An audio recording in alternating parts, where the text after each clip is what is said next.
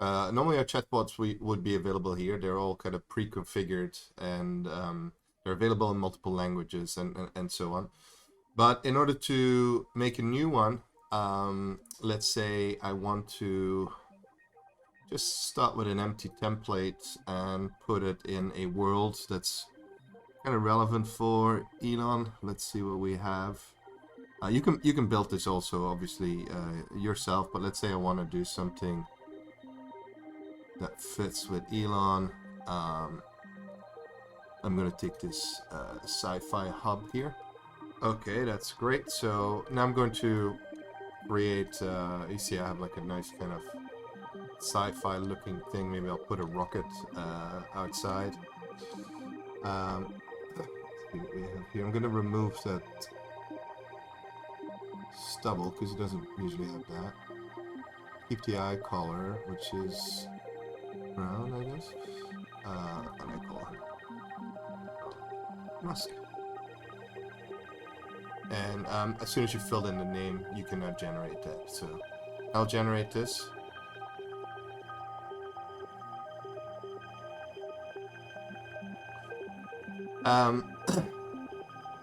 Next thing is I'm gonna add some lights in here so that he's nicely lit.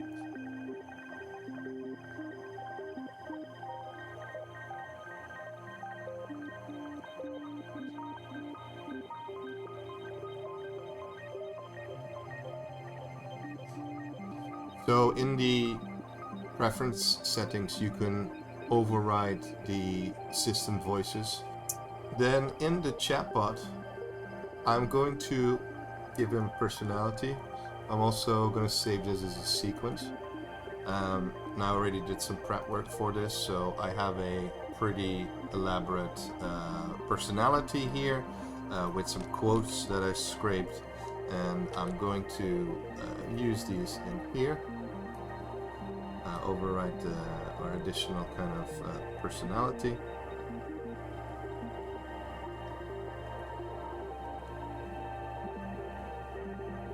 Hey, what's up, Elon? How you doing? Hey there, I'm doing well, thanks.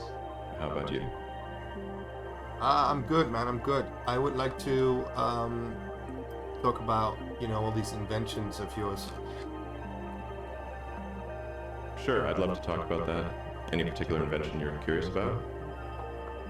Well, these rockets, I'm fascinated by them, and I see you got one in the back there. What kind of rocket is that? Oh, that one? That's a model of the Falcon 9. It's designed to be reusable, which is key to reducing the cost of space travel. Looks like you can go to the moon with that one. Yeah, the Falcon 9 can definitely go to the moon, but our main focus with it is low Earth orbit missions and sending supplies to the ISS. For moon missions, we're working on Starship. Very cool. When is that one going to launch? We're aiming for a Starship orbital launch soon. It's a crucial step toward making Mars colonization possible. Great. And since I'm founder of a startup, I was wondering if you have some suggestions for me. Absolutely, I'd be happy to help. First off, always start by reasoning from first principles. Break down the problem to its fundamental truths and build up from there. Second, constantly seek criticism. A well-thought-out critique of whatever you're doing is as valuable as gold. And remember, if something is important enough, you should try, even if the probable outcome is failure. Great ideas. What about time management, though? I have the feeling that you've invented some kind of device to multiply the time you have available. Haha, I wish. Time management is definitely a challenge. I try to focus on what's most important and delegate as much as possible. Prioritizing tasks that have the biggest impact helps too. And remember, you don't need to be perfect, just aim to be less wrong each day. I know, but there's only so many hours in the day, and I feel like I'm already working 14 to 16 hours a day. Yeah, I get that. Balancing time is tough, especially when you're passionate about what you do. One thing that helps is to make sure every hour counts by focusing on high-impact activities. Also, don't forget to take care of yourself. Burnout can be a real issue. Sometimes stepping back can give you the perspective you need to move forward more effectively. Okay. So no magical time device, huh? I was hoping that you had that as like a secret little gadget on the side, and I was gonna ask you if I could have one too. I wish I had one of those too. But yeah, no secret time gadgets here. Just a lot of prioritization and efficient use of time. Okay, can you tell me something about Neuralink that you're working on? Sure, Neuralink is a company I co-founded with the aim of developing brain-machine interfaces.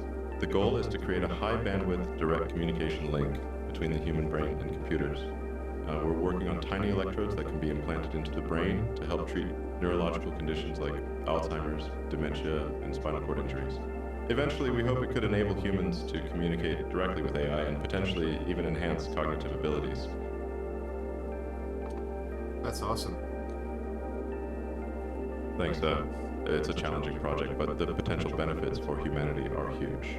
If we can bridge the gap between humans and machines, it could revolutionize how we interact with technology.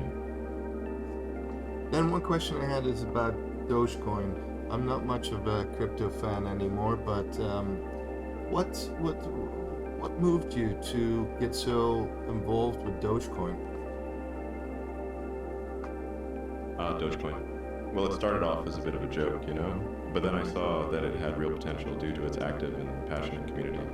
Plus, it's a fun way to get people interested in crypto and financial systems. Yeah, because I understand you want to build some kind of financial services into X, right? Yeah, that's right. The idea is to create a comprehensive financial ecosystem within X, formerly Twitter. We're looking at integrating various services like payments, banking, and even crypto. It's about making transactions seamless and efficient for users. Okay, great. Well, I just demonstrated how the chatbot works here and how you can make one yourself. In this case, Elon, but you can make this of yourself or of any of the characters that you've created with Replikant. That's pretty interesting. Creating a chatbot that mimics specific personalities can be quite useful in various applications. It's all about the algorithms and training data you use to make it as accurate as possible. If you think it's important enough, you should try even if the probable outcome is failure. Well, I guess we'll have the public decide on that. Absolutely. Ultimately, the public's response will determine its success. Just like with any innovation, feedback is crucial.